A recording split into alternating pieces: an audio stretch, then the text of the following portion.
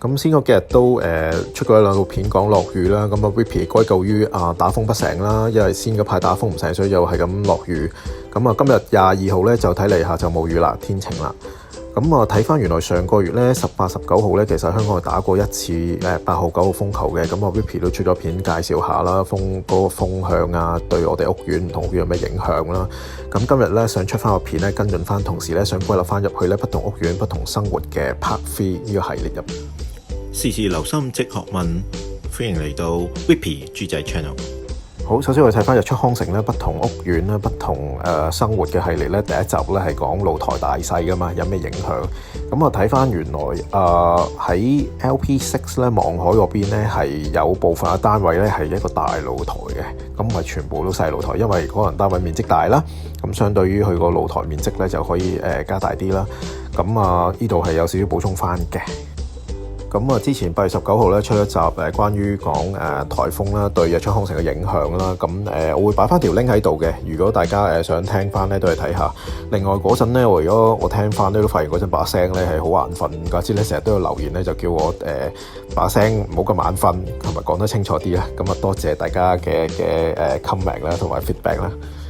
好，咁之前都有提過嘅，如果個颱風咧喺香港嘅東邊上岸嘅，或者東邊吹過嚟嘅話咧，咁其實個風向咧就會係西邊或者係北邊，咁亦都係咧西北邊咧係內陸啊嘛，咁有啲山咧會阻隔咗啲風，咁會將啲風減弱咗，所以吹嚟香港嘅影響咧就會相對威力減細。咁但係調翻轉啦，如果個風球咧喺南邊掠過香港，又或者係喺北邊上岸嘅話咧，咁因為咧就得翻個海就擋唔到啲風，咁所以咧個影響會大好多，因為喺東邊同南邊吹嚟嘅風咧係冇任何山去阻隔啦，咁喺海嗰邊吹過嚟，咁變咗就香港所承受嘅風力咧就會大過咧喺北面同西面吹嚟嘅。咁其實點解個風向會唔同咧？係要睇翻我哋北半球咧，其實所有嘅颱風咧都係咧逆時針方向嘅吹嘅方向嚟嘅。同南半球啱啱相反，南半球咧就會順時針。咁呢個係關於地球嘅自轉同埋個咁齋講都比較難明嘅。咁睇翻呢幅圖啦，你見到香港嘅東面如果個颱風入嚟啦，咁繼續由向上行向北行啦。咁因為逆時針方向啊嘛個風，咁所以咧啲風吹刮落嚟香港咧就會主要會喺北面同埋西邊啦。咁你見到咧起碼咧有座大帽山啊，或者馬鞍山咧頂緊啲㗎啦已經。咁另一個 scenario 咧，另一個情況啦，咁如果個風咧南邊掠過或者係西邊上岸嘅話咧，咁個風咧就會喺海嘅東邊南邊咧逆時針刮翻過嚟香港嗰度，咁冇任何山嘅阻隔咧，啲風力咧就會香港食晒，咁個威力咧就會大好多。好啦，講咗好耐自然科學啦，睇翻嚟我哋日出康城呢度。其實總括一句就係話，如果打啲超級強嘅颱風呢，雖然成個香港都係感受緊嗰個9號、10號或者8號颱風嘅威力，但係其實呢，如果你個樓嘅坐向係望南邊、東邊、東南邊呢，個風嘅威力呢係猛烈過其他方向嘅。咁我哋睇翻啲箭嘴咧，你會見到咧，包括領都啦、領風啦、領海啦，或者係首都望住進行嘅方向都係向東邊啦。咁如果向南咧，就會係譬如進海啦、LP6 望海嘅方向啦，或者係 Marine 向海嘅方向咧，其實都係南邊。咁其實仲有嘅，如果你睇翻咧最左邊嘅箭嘴咧，就係Sea to Skies 啦，咁嗰度咧都係向住東邊。咁呢邊即係 Sea to Skies 望住內園嗰邊咧都係向東邊啦。咁呢邊咧其實會比較食風啲啦，打強颱風嗰陣吹東南風啊、東風咁樣。咁之前第71集都有提過嘅。咁有冇諗過譬如加厚啲玻璃？但係其實Whippy 問過咧，就啲師傅話冇嘅，啲窗台啲位咧定咗。咁唯有考慮下去買保險啦。咁上次提議過嘅。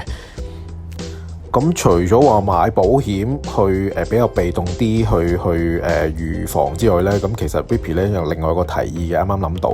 咁就係咧嗰隻窗嘅膠邊，咁呢隻窗啱啱就係黃色呢個位指住咧，嗰條膠邊咧如果隻窗係舊咗嘅，你有冇試過開唔到隻窗咧？咁其實 Whippy 之前咧都試過咧要去換過個窗嘅膠邊，因為咧就如果個膠邊防水好啲咧，咁個窗咧就比較會襟啲啦，咁防水好啲啦，咁就會隻窗襟啲咧，咁防風都自然會好啲啦。咁啊呢個少少嘅提議啦，咁啊大家可以考慮下啦。咁啊當然啦，如果你係新屋苑嘅，譬如俊海啊，或者係啱啱入伙嘅Malibu，咁啊可能啲膠邊應該都好新淨啦，咁應該冇乜事嘅。咁啊 check 下有冇漏水就得啦。咁但係譬如舊啲嘅日出康城舊啲屋苑咧，可能都要去諗諗呢樣嘢啦。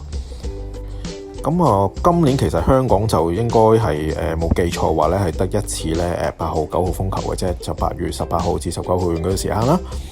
咁啊，睇翻啲新聞講，原來台灣咧今年係冇受到颱風襲擊嘅，咁咧係其實幾少有嘅。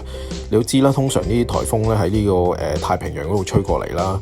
咁就一係就俾台灣啊菲律賓頂住嘅，咁吹到香港機會少啲。但係今年嗰啲風咧大部分北上去咗中國嘅北邊啊入。咁其實我哋又好難寄望個天話年年都唔打啲強颱風，因為而家呢啲氣候變化得好勁啊！啲颱風呢，天文台長都有講過話啲颱風之後越嚟越犀利。咁今年呢，太平洋嗰邊呢，對於香港嚟講就比較平安啦，吹過一次強颱風啦，而嗰次呢，對香港影響都冇相對咁大啦。咁但係呢，我睇翻地球嘅另外一邊呢，大西洋嗰邊啊，9月14號咧，原來同一時間咧有5個颱風咧喺嗰度發生緊，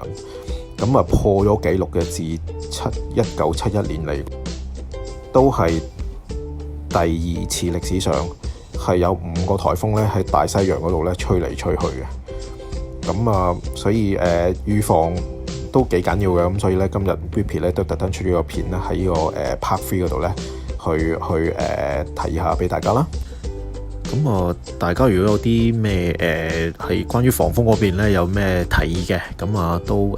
歡迎大家留言啊，交流一下。咁啊等下 Whippy 都想學下嘢，其實因為都冇乜其他頭緒。好，今集係咁多，多謝各位。Easy as a Whippy channel。